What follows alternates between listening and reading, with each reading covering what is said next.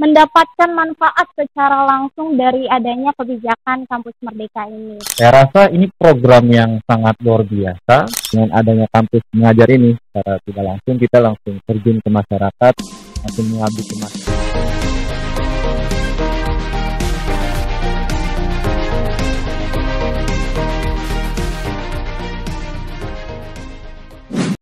Halo Insan Dikti, selamat datang di podcast Dikti Menyapa, di mana podcast ini nantinya akan menjadi ruang untuk kita dalam berbagi berbagai cerita yang menarik dan juga inspiratif terkait pendidikan tinggi. Di episode pertama kali ini, kita akan membahas mengenai Kampus Merdeka dengan mengangkat tema Kampus Merdeka, Mahasiswa Membangun Desa. Sebelumnya Insan Dikti perlu tahu nih bahwa Kementerian Pendidikan dan Kebudayaan Republik Indonesia telah mengeluarkan kebijakan Kampus Merdeka, di mana kebijakan tersebut memberikan hak belajar kepada mahasiswa untuk belajar di luar kampus dan juga studinya selama kurang lebih 3 semester. Dan ngomong-ngomong soal kebijakan Kampus Merdeka ini, ada 8 kegiatan yang terdapat di dalamnya. Antara lain, pertukaran pelajar, penelitian atau riset, wirausaha, studi atau proyek independen, proyek kemanusiaan, mengajar di sekolah, magang atau praktik industri, dan juga yang terakhir yang tidak boleh tertinggal yaitu yang akan kita bahas pada episode podcast Dikti Menyapa hari ini, yaitu proyek di desa.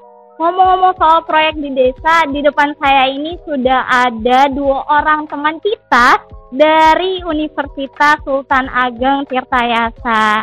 Halo, selamat siang Mas. Selamat siang.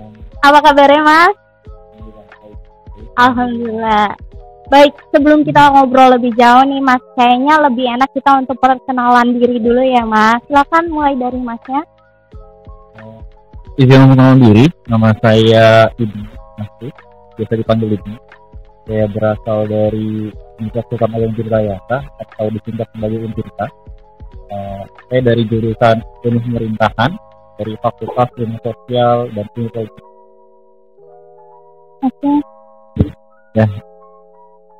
Ini nama Sofian, saya dari Untirta juga, jurusan Pendidikan Non Formal. Sekarang orientasinya di BEM. Baik, ngomong-ngomong soal mahasiswa, berarti kita nih masih satu rekan begitu ya Mas.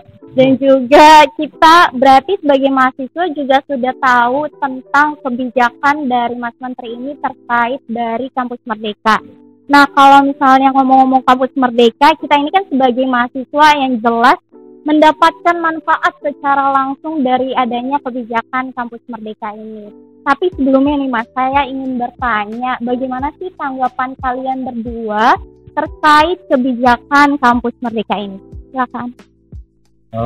Ya, terkait Kampus Merdeka ya, sebenarnya ini menjadi sesuatu hal yang menarik. Kita memang di launching di tahun lalu, tahun 2000, Menteri melaunching hanya mahasiswa Indonesia jangan hanya berenang di dalam kolam, tapi harus lepas di lautan samudra luar, karena harus nanti bersaing dengan pelajar ataupun mahasiswa yang ada di nasional dan juga luar negeri. Ini kan dalam artiannya harus mampu untuk harus mampu untuk bersaing sebetulnya. Kenapa? Karena ini menjadi satu hal yang bukan zaman sebetulnya. Kita melihat persaingan makin ketat, mau tidak mau pemerintah harus membuka ruang yang memang untuk menjadikan bahwasanya mahasiswa yang ada di Indonesia itu mampu gitu loh dalam kategori bahwasanya cocok dalam beberapa kriteria perusahaan ataupun juga menjadi tokoh entrepreneur ataupun juga dalam bidang-bidang akademisi. Nah, saya rasa ini program yang sangat luar biasa. Ini juga menjadi salah satu hal yang disambut oleh beberapa mahasiswa di Untirta khususnya.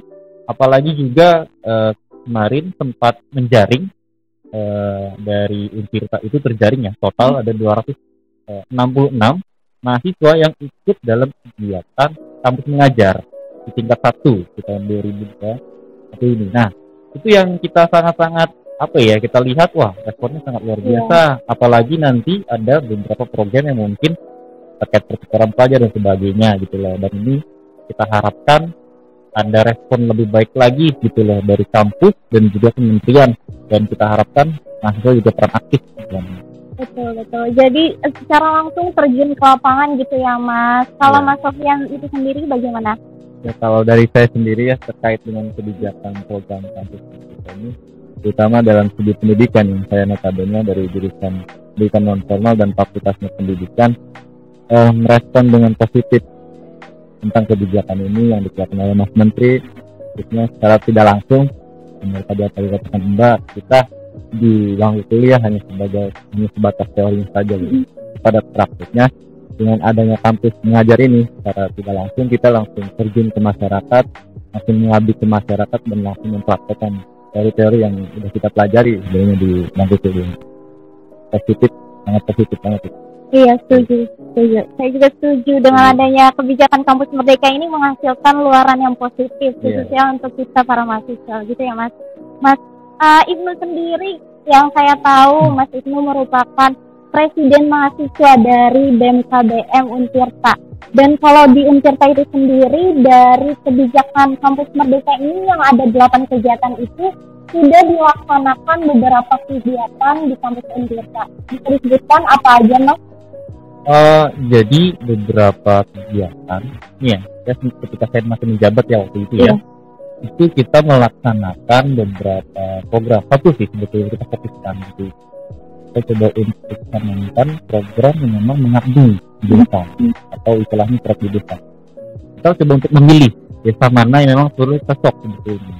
Karena kita tidak ingin hanya sekedar datang gitu, layaknya Superman gitu ya, layaknya cowboy, kita pulang gitu loh, tidak memberikan tindakan lanjut. Sehingga kita coba untuk kirim opini dengan beberapa mahasiswa dan pengurus waktu itu. Nah, kira-kiranya kita mau pilih desa seperti apa kategorinya, cakupan wilayahnya di mana, kemudian harus ada tempat belajar bagi mahasiswa kita maupun luar. Karena ketika itu Mbak, itu kita buka skala nasional. Itu masih COVID ya, cuma kita coba untuk seleksi dan minimal maksimal adalah 10 orang dari berbagai kampus, ada UNJ, ada UIN Banten, dan juga Untirta juga ada beberapa. Kalau sekitar 9 atau 8. Nah, kembali lagi tadi perumusannya, kita coba untuk cari. Ternyata di Banten itu ada desa adat, Kasepuhan. Kita kalau Banten cuma tahunya adalah Baduy ya. Iya betul. Baduy dalam dan Baduy luar. Kalau sejarahnya seperti itu ya. Dan ternyata ketika kita ulik-ulik lagi, ternyata ada masyarakat adat dan mereka menyebutkan diri sebagai masyarakat adat Kasepuhan yang terdiri kurang lebih ada 11 Kasepuhan di Kabupaten Lebak, Banten, kabupaten yang terbesar di Banten ya. Dan kita akhirnya memilih Kasepuhan yang memang memegang teguh kearifan lokal dan sifat komunal ya, berkumpulnya itu sangat kuat. Jadi unik di sana. Ada kepala desa, ada ketua adat.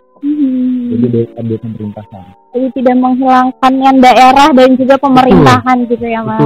Betul banget Mbak. Dan di sana itu kita mempelajari sistem pertanian. Keunggulan mereka adalah sistem pertanian dan sistem hukum yang masih dipegang teguh. Mereka menghormati sistem hukum negara, tapi juga menghormati sistem hukum yang ada di adat di sana. Nah, yang menjadi keunikan di sana adalah mereka selalu klaim, dan ternyata betul, mereka berani klaim 10 tahun tidak akan kehabisan pangan. Dan ternyata sistem pertaniannya di sana luar biasa Mbak. Padi tidak boleh diperjualbelikan, kemudian juga mereka mematuhi bahwasanya padi atau beras itu perwujudan dari Dewi Sri. Jadi Dewi yang memang kita percaya bahwasanya ini membawa kemakmuran gitu loh, tidak boleh diperjualbelikan. Jadi mereka tahu lumbung dan itu dikonsumsi untuk keperluan sehari-hari. Dan biasanya mereka ada perayaan tertentu untuk panen raya begitu. Itu biasanya unik tuh. Nah, setiap tahun sekali biasanya kehadiran dari bupati dan juga gubernur hadir sana biasanya. Dan masyarakat luas dari Kabupaten Lebak maupun juga luar Kabupaten Lebak juga kadang hadir dari Jakarta bahkan. Dan bahkan juga ada yang dari luar negeri mempelajari kebudayaan mereka. Sehingga itu menarik perhatian dari kawan-kawan kita kenapa kita nggak buat di sana, kita belajar, tapi kita juga implementasi Iya, apa yang menjadi kebutuhan mereka. Permasalahan yang ada di sana gitu Ya, ya. kita compare, kita komparasi, akhirnya ulik-ulik, ya, maka sekitaran jalan diakses di perdesaan sana, kesepuan sana masih gelap nggak, nggak ada akses lampu dan sebagainya. Akhirnya kita coba untuk saling mengkonfigurasi dan sebagainya. Kira-kira apa nih cocok? Oke, kita buatkan microhydro. Waktu itu kita agak sedikit kebingungan dengan jumlah harga yang begitu besar. Microhydro sangat luar biasa, Mbak.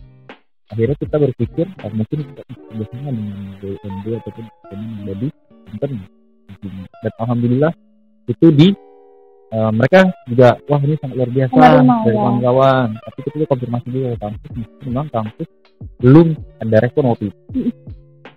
Nah, dan alhamdulillah kita melaksanakan kegiatan di sana, belajar, live in gitu ya, dan juga memberikan edukasi terkait penggunaan microhydro dan alhamdulillah selama 7 hari pelaksanaannya dari akhir tahun sampai tahun baru kita di sana juga, Mbak. Nah, dan alhamdulillahnya sampai sekarang itu masih berguna, Mbak, dan masih menyala. Nah, insya Allah nanti, jadi karena saya sudah purna, nanti setelahnya kita karena sudah menjadi NGO ya, sudah menjadi organisasi belajar dari desa tersebut, ini kedepannya akan kita kembangkan keperluan dan kebutuhan masyarakat di sana. Ya, karena kebutuhan masyarakat adat saat ini adalah harus jual beli, gitu loh. Supply dan demand-nya harus arusnya harus bagus gitu, flow-nya harus baik. Nah, itu yang kita sedang ingin arahkan di sana. Ini semoga ada perhatian dari Mendikbud terkait program Kampus Merdeka ini. Perlunya kita juga dorong bersama ya, agar cepat terwujudnya Kampus Merdeka tidak hanya dinikmati oleh mahasiswa, tapi juga oleh masyarakat yang bawah. Apalagi juga masyarakat yang memang hari ini memiliki kearifan lokal yang sangat luar biasa gitu loh. Ini tuh, Mbak. Iya, baik. Kalau tadi itu kan membicarakan soal desa kesepuhan gitu ya, Mas. Ada nggak kalau misalnya desa-desa lain tuh yang di daerah Banten yang butuh perhatian juga dari kita, entah itu permasalahan dari pangan atau dari pendidikan itu sendiri, bagaimana Mas? Atau ada desa yang lain di Kabupaten Lebak itu? Kalau desa tersebut desa Kasepuan Cisuntam ya, Mbak ya. Ada lagi, Mbak. Ada lagi. Nah, itu kan mungkin Mbak pernah baca ya, Kabupaten Lebak ada melahirkan gitu ya. Jalan ditanduk gitu loh, Mbak. Oh iya. Nah, itu karena kesulitan dari akses jalan. Iya, betul. Nah, itu kan sempat jadi perhatian juga dari kita ya, khususnya kemarin juga alhamdulillah dari Wakil Rektor Bidang 4 itu datang ke daerah sana, dan memang ada kejadian sebetulnya banjir bandang ya, dan itu kan kita coba untuk kegiatan kerjasama dengan BPBD Kabupaten Lebak terkait pasca banjir dan juga terkait kesehatan juga sebetulnya. Dan itu kita dorong atas dasar dengan koordinasi dengan Pak Gubernur juga, karena nanti nggak akan dibuat RSUD. Melihat akses yang sangat jauh kan, maka harus ke Kota Serang atau Pandeglang gitu, Kabupaten Lebak yang jaraknya jauh juga, Mbak. Berkilo-kilometer ya. Iya. Kondisi darurat gitu loh, makanya harus sebar kan termasuk rumah sakit. Dan apalagi akses pendidikan juga sering dibangun dengan besar-besarnya, dan Untirta hadir di situ sebagai pendamping. Nah, ini terus digalakan terus menyambut dari gayung kampus Merdeka tersebut sebar nantinya. Baik, berarti sudah memberikan banyak sekali manfaat gitu ya dari kampus itu sendiri untuk masyarakat di desa tersebut. Kalau boleh tahu, kalau yang proyek kedua tadi itu waktunya apakah bersamaan dengan yang sebelumnya atau gimana? Proyek tersebut betul dari kampus itu sendiri, Mbak, melaksanakan. Itu memang nanti insya Allah akan ada peran aktif dari mahasiswa. Itu pelaksanaannya 7 hari yang lalu. Ya, baru. Dan masih berjalan sampai saat ini. Dan saat ini masih terus berjalan. Dan memang kegiatan ini menjadi perhatian penuh dari kampus ya, Mbak. Karena potensi, karena selain potensi bencana gitu ya, itu juga ada potensi SDM dan juga SDA gitu di Lebak. Baik, kalau misalnya melihat dari kegiatan yang telah dilakukan mas-mas tersebut, itu selalu mencakup pautan tentang mahasiswa. Nah itu tuh mahasiswanya mahasiswa kita bebas untuk mengikuti kegiatan tersebut atau bagaimana mas? Mungkin nanti bisa cek ya dengan Iya boleh Mas silakan. Sofian ya. Mas Sofian. Ya. Iya. Untuk kegiatannya sendiri itu kita fokusnya terhadap mahasiswa dengan kegiatan pengabdian terkait desa. Namanya mahasiswa yang secara kemauan sendiri gitu ya. Orang-orang yang punya terusan bersama untuk mengembangkan desa dan keinginan harapan agar desa itu maju. Tidak membatasi siapa yang ikut dan tidak membatasi juga fakultas dan jurusan apa ya berarti.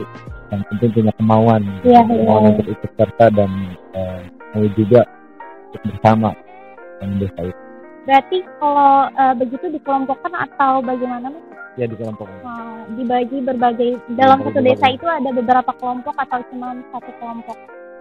Oh kalau untuk dari satu desa itu satu kelompok. Oh satu desa satu kelompok. Kita sistemnya list ini tinggal di sana. Iya. Berarti kalau untuk penentuan desanya itu sendiri juga kebijakan dari kita sendiri atau ada arahan dari kampus? Kita sendiri. Kalau untuk tempat untuk menentukan dahulu kita melihat kebutuhannya banyak apa tempatnya. Ya, terus kalau yang tadi saya tahu kalau misalnya sudah menghasilkan beberapa luaran proyek, entah itu akses pendidikan dan juga bantuan pangan. Kalau boleh tahu respon dari masyarakat setempat, desa setempat tuh gimana sih mas? Pasti kan responnya positif nih gitu kan? Atau malah ada yang cenderung responnya negatif kayak kenapa harus ada seperti ini? Jadi menghilangkan kebudayaan lokal kita gitu. Gimana mas? Ya alhamdulillah ya minggu kemarin sempat kita juga kalau terkait dengan program atau kegiatan pengabdian sebelumnya. Alhamdulillah respon dari masyarakat selalu positif gitu ya. Kalau langsung ngobrol sama kita yang udah melaksanakan program, dimana dulu mengadakan yang fokus daripada program itu tentang pendidikannya. Kita membuat taman baca di sana, membaca masyarakat, dimana alhamdulillahnya taman baca tersebut dapat digunakan dengan baik gitu ya. Masyarakat di sana khususnya anak-anak kecil gitu. Kita bisa belajar di sana. Bermain di sana juga karena tempatnya juga bisa dibilang nyaman selain daripada bidang pertanian juga kita gencarkan di sana karena melihat bagaimana potensi di Kabupaten Pandeglang khususnya itu di Desa Wanagiri mengadakan pengabdiannya. Potensi untuk bidang pertanian itu cukup baik. Lahan masyarakat dari tiap-tiap masyarakat itu cukup gitu digunakan dimana kebutuhan pokok mereka sehari-hari, sayuran dan kebutuhan pokok dapur yang lainnya itu kita terapkan dari bidang pertanian dan daripada bidang pendidikan tadi. Iya. Jadi semuanya mencangkup permasalahan yang ada bukan hanya di bidang pendidikan gitu ya. Kalau ngomong-ngomong soal fasilitas yang sudah disebutkan seperti taman baca tadi itu masih terus dipantau sampai saat ini? Iya. Terakhir follow up lagi di minggu kemarin melihat apakah tempat yang sudah kita buat masih berjalan atau enggak dan alhamdulillah itu masih dipakai gitu. Masih terawat juga karena kita mengadakan dan membuat taman baca tersebut dan atas dasar kita sendiri. Tapi melibatkan masyarakat. Artinya di situ masyarakat dilibatkan, masyarakat juga yang membangun dan merasakan memiliki gitu. Rasa memilikinya ada, makanya sampai sekarang alhamdulillah masih dirawat. Karena mungkin dari masyarakatnya juga masih membutuhkan itu, makanya merasa memiliki gitu untuk sama-sama merawat adanya fasilitas ataupun proyek yang sudah diberikan begitu ya mas. Kalau misalnya kita ngomong jauh ke depan ya mas, kalau misalnya setelah ini kan pada lulus dari unitnya nih, Untirta gitu kan, kira-kira bakalan terus melanjutkan lebih baik proyek di desa ini atau udah nih stop aja gitu, tanggung jawab kita tuh udah stop sampai kita lulus dari kampus itu sendiri. Bagaimana mas? Boleh? Masih dulu mungkin? Iya kalau dari saya ya lanjut sih sebetulnya. Ini kan sudah firma ya, sudah selesai gitu ya.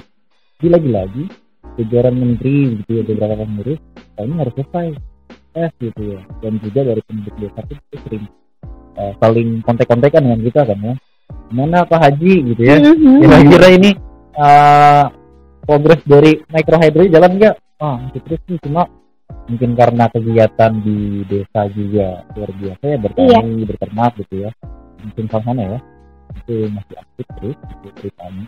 Terus ngalamin mereka dari masyarakat bertani, jadi agak sedikit kurang. Nah makanya kita coba untuk pasca itu kita mohon banget waktu itu salah satu penduduk di sana, kata juga ya semoga ini jangan sampai nggak jalan gitu loh, dan saya juga karena memang perluannya untuk kemandirian mereka, kedaulatan mereka gitu ya. Karena yang kita ingin mengungkapkan adalah kalau memang sudah mereka daulat secara pangan, kenapa mereka nggak bisa gitu loh daulat secara energi. Kita ingin coba itu dulu aja, nanti kita baru bisa tahapan di dalam daulat secara ekonomi gitu ya, mampu atau enggak misalnya. Nah dan itu alhamdulillah report dari 1 bulan yang lalu di foto Pak Haji, karena di sana susah sinyal. Iya. Betul susah sinyal. Karena masih pedalaman itu tadi ya. Uniknya di sana itu Mbak, kita kalau mau nyari sinyal itu kita harus nempel ke jendela kaca. Direbut sinyal. Makanya kan waktu itu anak-anak agak sedikit unik. Wah banyak ada guru kakak tua ya nempel di jendela. Kalau sekarang. Dan itu ternyata alhamdulillah reportnya itu memang hubungin telepon calling gitu ya.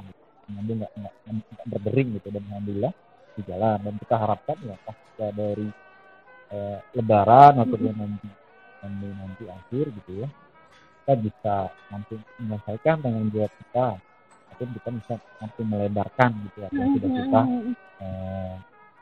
tanam gitu ya. Gitu. Menghasilkan produk atau luaran yang lebih baik lagi gitu ya Mas, di harapannya setelah itu. Berarti kalau misalnya bisa dibilang untuk setelah lulus dari kampus itu sendiri masih akan terus bergerak di bidang sosial ini gitu ya Mas ya. Jadi tidak terlepas ikatan dari nama kampus, tapi juga memberikan manfaat sosial dari diri kita sendiri kepada masyarakat sekitar. Tadi udah membahas mengenai mengatasi permasalahan dari masyarakat, udah teratasi gitu ya Mas. Terus luaran proyek juga sudah dibuat dan juga mendapatkan respon positif dari masyarakat sekitar. Tapi untuk Mas sendiri ini sebagai mahasiswa khususnya, ada nggak sih dampak positif ataupun mungkin dampak negatif juga boleh disebutkan dari adanya proyek membangun desa ini? Siapa tahu ya kenapa sih harus ada proyek membangun desa ini? Kita kan jadi nggak punya waktu untuk keluarga gitu. Silakan Mas. Ya kalau dampak negatifnya salah satunya itu mungkin ya karena waktu kita terkuras jauh banyak gitu ya untuk kegiatan proyek desa ini. Tapi dampak positifnya jauh lebih banyak juga dibanding itu, karena merupakan suatu kebanggaan tersendiri gitu apabila kita melaksanakan program kegiatan yang bisa dikatakan sukses gitu. Itu satu kebanggaan tersendiri dan juga daripada pengalaman karena mengadakan kegiatan aja Pak. Maksudnya ini ya sebetulnya terkait apa tadi kita terus berupaya semaksimal mungkin apa yang bahkan untuk dari jenis yang kan akan bisa lepas, dan juga terkait tadi beberapa hal negatif. Kultur shocknya sih yang sebetulnya itu menjadi tantangan bagi mahasiswa. Kenapa menjadi tantangan? Karena ada istilahnya Mbak. Istilahnya boleh kalian itu jadi singa atau jadi macan di kampus. Tapi kalau kalian pulang ke rumah apakah kalian bisa seperti kalian di kampus? Betul. Itu jadi pertanyaan dan itu jadi tantangan yang bagi saya itu menakutkan. Kita bolehlah berteriak gitu ya di depan gedung DPR RI atau DPRD ataupun di tempat rektorat gitu ya, atau di kelas gitu ya. Tapi pas di rumah itu menakutkan dan itu jadi mimpi buruk dan juga jadi anomalinya masuk banget itu dulu. Boleh lalu aktif gitu ya, tapi pas di rumah ngapain gitu ya, rebahan dan itu sih kulturnya kita hadapi itu. Alhamdulillahnya ada beberapa kawan-kawan yang memang dia orang sana Jadi dia cuma beda kampung aja, beda desa aja. Jadi bahasanya kan kalau bahasa Sunda Banten itu agak beda-beda. Ada yang dia ya bahasa Sunda Banten itu agak kasar gitu ya. Tapi kalau daerah sana itu ke Sukabumi itu agak halus. Nah, itu agak sedikit ribet. Kawan-kawan kita itu sebenarnya kasar rata-rata. Bingung kan? Alhamdulillahnya ada. Kemudian juga kearifan lokal di sana. Jadi ada akulturasi agama dengan budaya. Kita kalau ziarah itu kan biasanya cuma doa gitu ya. Dan sebagainya. Di sana tuh kayak ngobrol aja Mbak. Ngobrol. Sama kalau orang apa ya? Sudah almarhum gitu ya. Tapi kita kayak ngobrol biasa aja. Itu dan bahasa tataran yang halus. Nah, itu pun juga hanya bisa tuh hanya ketua-ketua adat aja. Itulah tuh. Dan juga di sana itu di Simpang ya, saya ambil contoh ya. Kita itu kalau disediakan Mbak nasi itu harus habis. Kalau nggak habis itu diomelin. Berarti disendokin gitu ya, disiapkan. Nah, cara kita adalah itu menyendok nasi dikit-dikit. Jadi kita pertama itu kita nggak tahu ya, kita makan. Itu ketika kita makan setengah porsi itu udah kenyang Mbak. Jadi berasnya itu memang apa ya, beda dan bikin cepet kenyang. Nah itu tuh hal-hal itu yang kita pelajari terus ternyata. Yang sebenarnya kita di sana kan aktifnya itu dari subuh. Dan sekarang kalau di kosan gitu ya, mahasiswa umum, aduh gimana tau sendiri kan gitu. Nah kita terus berjuang sih, terus berjuang. Dan apalagi ternyata kan di sana pegunungan ya, kaki Gunung Salak itu umur 80 tahun, 90 tahun itu masih bertani. Dan kita jadi agak berkaca kan, cermin gitu ya. Aduh, dia yang umurnya segini dia masih aktif, kita yang ini aduh gimana gitu kan. Akhirnya itu menjadi evaluasi, menjadi kritik kita juga sebagai pemuda mahasiswa. Ya jangan sampailah sudah meraih pendidikan tinggi tapi nggak bisa berbaur dari negara kami itu. Dan alhamdulillahnya ini menjadi pelajaran kita dan dia alhamdulillahnya seperti itu. Berarti dampak positif yang dirasakan diri sendiri itu mungkin kalau lebih disiplin gitu ya dari melihat masyarakat sekitar tersebut kita. Baik, pertanyaan ini khusus untuk Mas Sofian nih Mas. Mas Sofian kan merupakan duta kampus merdekanya Untirta. Nah, Mas Sofian itu bagaimana pendapat Mas Sofian atau harapan Mas Sofian terkait teman-teman mahasiswa yang lain, insan diksi yang lain untuk dapat bergabung dalam kegiatan kampus merdeka ini, Mas? Ya, untuk harapannya buat kedepannya, buat bagi mahasiswa sendiri jangan pernah merasa bahwa kegiatan yang menangkan ini tentang kampus merdeka itu dan manfaat yang positif. Padahal pada kenyataannya banyak dampak positif yang bisa kita dapatkan dan banyak pengalaman juga yang kita dapatkan terkait kampus merdeka. Nah sejauh ini ya respon daripada orang-orang yang langsung gitu ya dalam mengikuti program kampus merdeka, dia merasa bangga dan merasa bahwa ini sangat berguna loh gitu. Yang masih mahasiswa. Betul.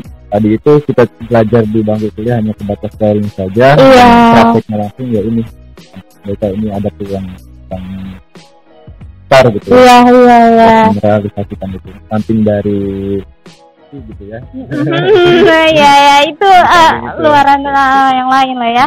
Terus berarti kalau misalnya terkait momok kampus merdeka nih, kalau teman-teman kita tuh sering dengar kan kalau misalnya kampus merdeka tuh kayaknya kurang setuju deh saya sama kebijakan ini karena kayaknya memberikan dampak yang negatif untuk diri saya sendiri. Berarti ini kan dengan bukti yang nyata dari Mas Sofian dan juga Mas Ibnu itu sendiri bisa menepis dari adanya kesalahpahaman dari teman-teman kita yang di luar sana gitu ya Mas. Karena memang pada dasarnya kampus merdeka itu memberikan dampak atau manfaat yang sangat berarti untuk diri kita sendiri.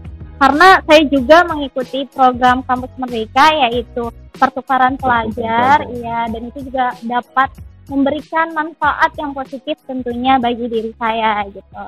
Dan yang khususnya mengikuti program kampus merdeka dalam kampus mengajar ya, satu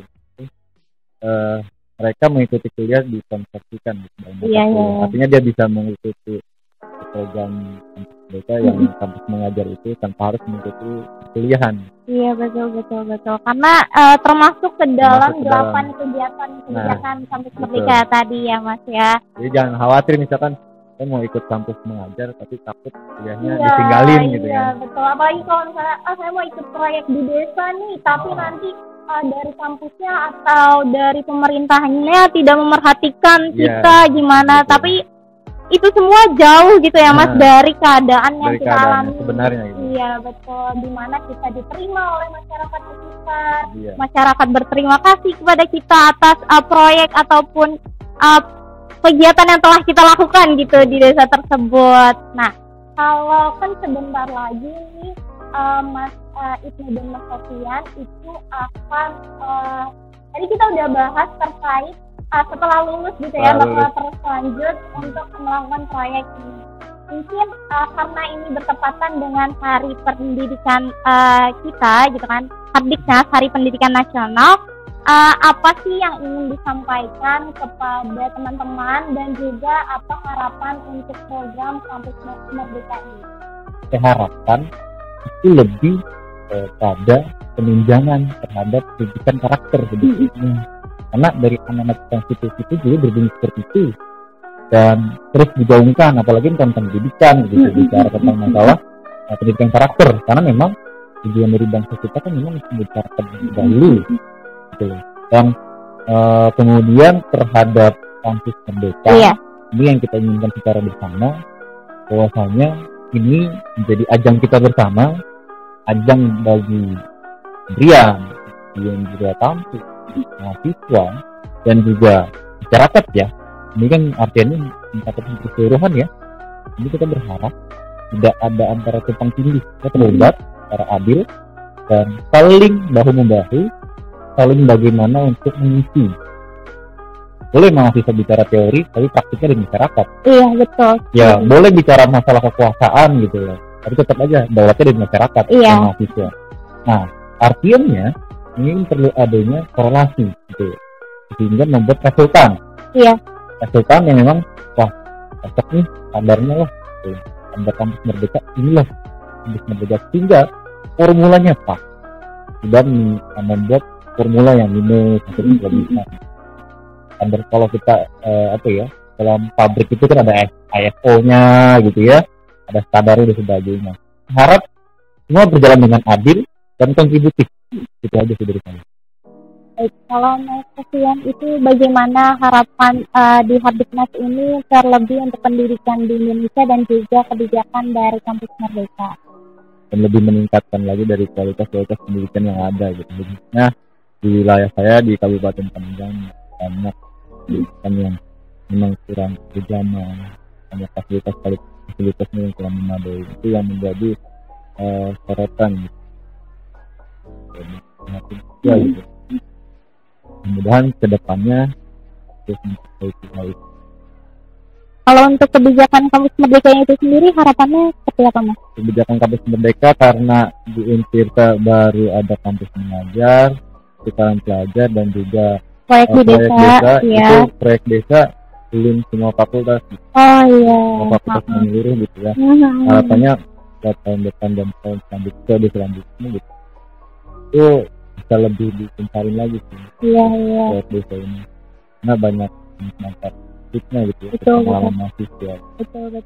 Terlebih lagi dari mahasiswa-mahasiswa baru nih ya gitu ya Mas, yang akan memberikan pengalaman lebih terkait adanya mengikuti dari kebijakan Kampus Merdeka itu sendiri ya.